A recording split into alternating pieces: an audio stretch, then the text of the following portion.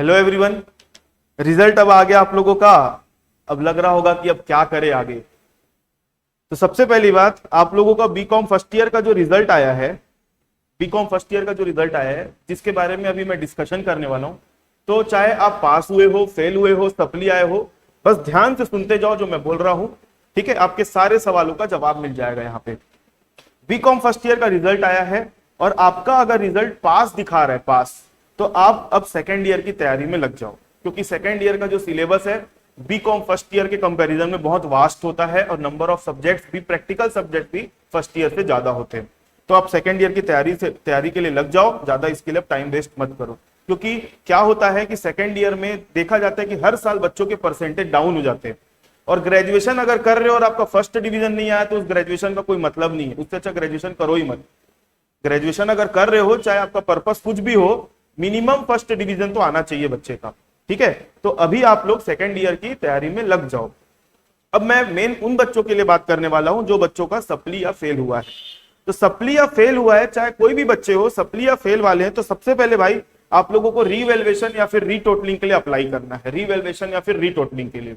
ठीक है, तो जो बच्चे सप्ली आए हैं ना, तो उनके में देखना नीचे रिजल्ट जब निकालते तो रीवैल्यूएशन और रीटोटलिंग दोनों का ऑप्शन दिया रहता है। तो रीवैल्यूएशन अप्लाई करना है, रीटोटलिंग अप्लाई नहीं करना है। और जो बच्चे फेल हैं दो ग्रुप में, ठीक है, दो ग्रुप में फेल हैं, तो उनको रीटोटलिंग का ही ऑप्शन दिख रहा है। तो उनके पास कोई दूसरा चारा है नहीं रीटोटलिंग के अलावा, है ना। कोई कोई बच्चे हिंदी या इंग्लिश और एक ग्रुप में फेल है तो उनको रीवैल्यूएशन और रीटोटलिंग का ऑप्शन दिख रहा होगा। तो अपन अब इसमें दिमाग नहीं लगाते कि रीवैल्यूएशन या रीटोटलिंग में है। जो बच्चे जिनको दोनों ऑप्शन दिख रहा है, रीवैल्यूएशन का भी और रीटोटलिंग का भी, तो वो बिल्कुल रीवैल्यूएशन में ही अप्लाई करना, और जिनको सिर्फ रीटोटलिंग का ऑप्शन दिख रहा है वो रीटोटलिंग में ही अप्लाई करना। इतनी बात याद रखो।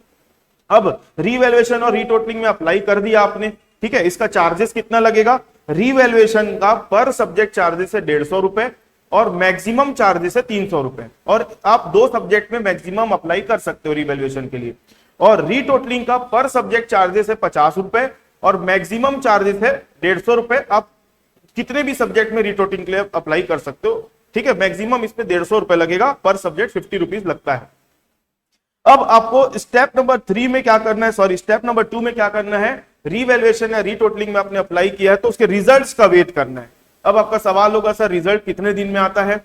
तो देखो, रीवैल्यूएशन और रीटोटलिंग जो होता है ना, वो जिस दिन आपका रिजल्ट आया उसके 15 दिन तक तो पहले आपको टाइम मिला रहता है कि रीवैल्यूएशन या रीटोटलिंग के लिए आप अप्लाई कर सकते हो।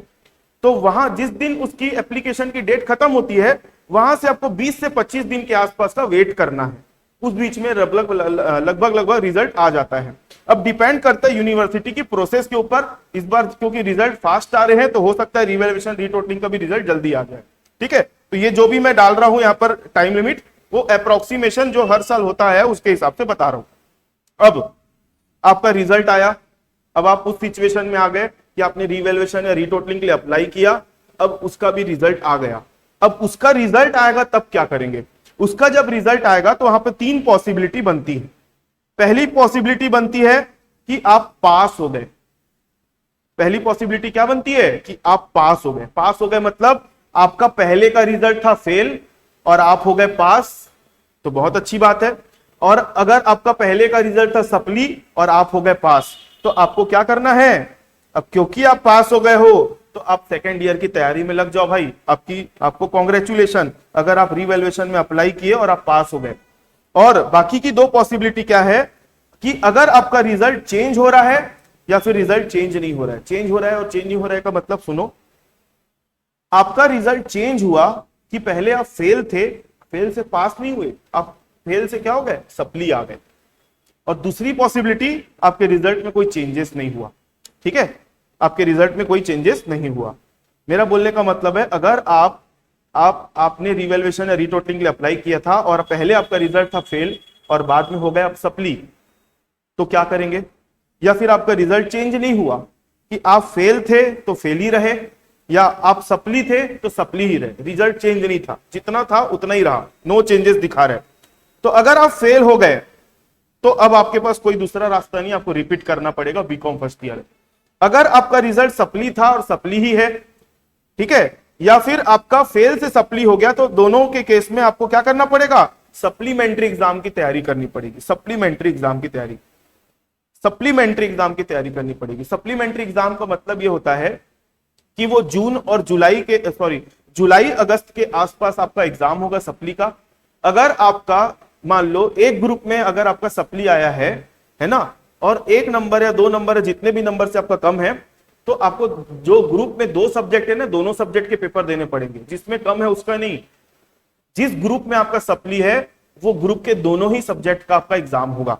ठीक है, तो सप्ली की तैयारी में लग जाना। जैसे फॉर एग्जांपल मैथ्स और बीआरएफ वाले ग्रुप में आपका सप्ली आया है, और मैथ्स में अगर आपका 25 नंबर से ज्यादा आया है और बीआरएफ में आपका कम नंबर आया, दोनों मिला के 50 नहीं हुआ, तो आपको मैथ्स का भी पेपर देना पड़ेगा फिर से, और बीआरएफ का भी पेपर देना पड़ेगा। ऐसा नहीं है कि मैथ्स नहीं होगा और बीआरएफ होगा, ऐसा नहीं, दोनों देना पड़ेगा।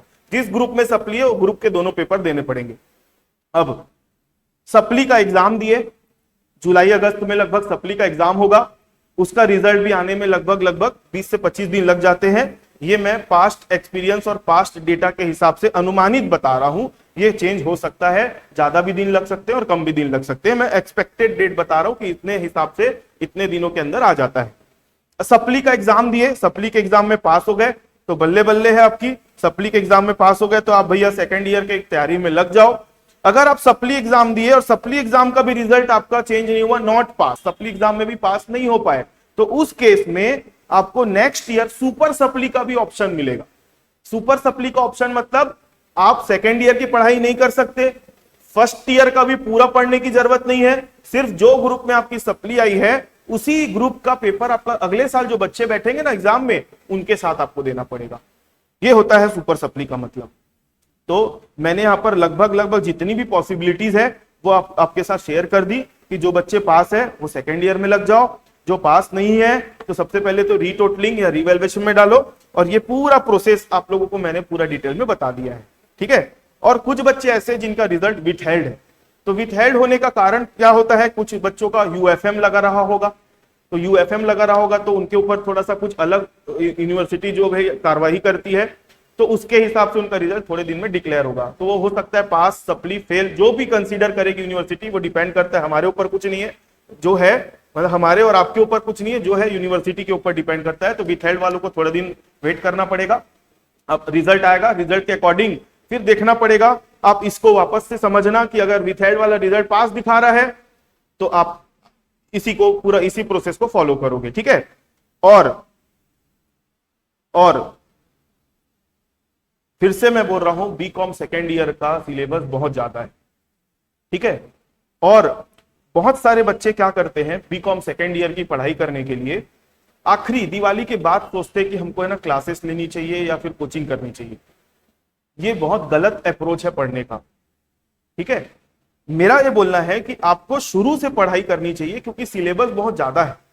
कॉस्ट अकाउंटिंग पढ़नी है, कॉर्पोरेट अकाउंटिंग पढ़नी है, स्टैटिस्टिक्स पढ़नी है, इतने सारे फॉर्मूले, इतने सारा सिलेबस, फिर उसके ऊपर से कंपनी लॉ एक सब्जेक्ट आ जाता है जो लॉ है। बीआरएफ तो आप लोगों ने फर्स्ट ईयर में देखा ही कैसा था, अब कंपनी लॉ आ जाएगा अब इस साल आपके सामने। फिर एंटरप्रेन्योरशिप एक सब्जेक्ट आएगा, उसकी वर्डिंग समझ में नहीं आती है।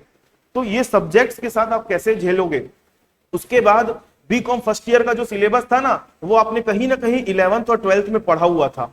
बीकॉम सेकेंड ईयर तो पूरा नया है आप लोगों के लिए। आपके लिए मतलब 5% चीजें जो है वो पुरानी है, जो आप लोगों ने कभी ना कभी पढ़ी होगी। बाकी सारी चीजें आप लोगों को बीकॉम सेकेंड ईयर में सब नया पढ़ना है, सब। कॉस्ट अकाउंट तो पूरा नया है आपके लिए। कॉर्पोरेट अकाउंट का 1-2 चैप्टर बस आपने पढ़ा है शेयर वेयर वाला, बाकी पूरा नया है। स्टैटिस्टिक्स में भी कुछ टॉपिक्स आपने पढ़ा है, मीन मीडियन मोड वगैरह, बाकी पूरा स्टैटिस्टिक्स नया पढ़ना है आप लोगों को। कंपनी लॉ कभी पढ़े नहीं हो आप, एंटरप्रेन्योरशिप कभी पढ़े नहीं हो, फिर प्रिंसिपल ऑफ बिजनेस मैनेजमेंट आपका बीएसटी के जैसा लगेगा लेकिन बहुत ये डीप में है। फिर हिंदी, इंग्लिश, इतने सारे सब्जेक्ट को मैनेज करना है, तो लास्ट मोमेंट पे आप लोग पढ़ाई करने अगर बैठोगे तो आपके साथ प्रॉब्लम होगी। इसलिए बीकॉम की जो पढ़ाई है आप लोग अभी जून से ही स्टार्ट कर दो और आराम से पढ़ते रहो, तो एग्जाम के टाइम पे आप लोगों को प्रॉब्लम नहीं होगी। और जो बच्चों का रिजल्ट पास नहीं हुआ है वो बिल्कुल इस प्रोसेस को फॉलो करो। जो बच्चे फेल है, ठीक है, रीवेल में अप्लाई करो। पास हो जाते हो तो बहुत अच्छी बात है, पास नहीं होते हैं तो फिर अपन क्या करेंगे भाई, फिर से अगले साल की तैयारी करेंगे, वापस से रिपीट करेंगे। जो गलतियां हो गई थी इस साल उसको रिपीट नहीं करना है। जो बच्चे सप्ली है, सप्ली वाले बच्चे को तो देखो पढ़ने का ज्यादा लोड है नहीं, है ना। सप्ली वाले बच्चे का अगर मान लो पढ़ना भी है तो सप्ली वाला बच्चा को भी सेकेंड ईयर की पढ़ाई स्टार्ट कर देनी चाहिए। सप्ली वाला जो बच्चा है उसको भी सेकेंड ईयर की पढ़ाई स्टार्ट कर देना चाहिए। लेकिन अभी कुछ दिनों तक, जब तक सप्ली का एग्जाम नहीं होता, तब तक मेन फोकस आपको सप्ली के पेपर में देना चाहिए। लेकिन थोड़ा थोड़ा करके सेकेंड ईयर की पढ़ाई में लग जाना चाहिए, क्योंकि सिलेबस ज्यादा होने के कारण आपको बहुत ज्यादा प्रॉब्लम होगी। प्रॉब्लम होगी क्या, देखो पास होने के लिए है ना, आपको 25-25 नंबर भी लाओगे सब में पास हो जाओगे, कोई बहुत बड़ी बात नहीं होती पास होना। मेन होता है कि आपने जो पढ़ा उसकी नॉलेज प्लस आपने जो पढ़ा उससे कितना परसेंट आ रहे हो। 40%, 30% आ रहा है तो ग्रेजुएशन करने का कोई मतलब नहीं है आपका, आपको परसेंटेज के लिए काम करना है।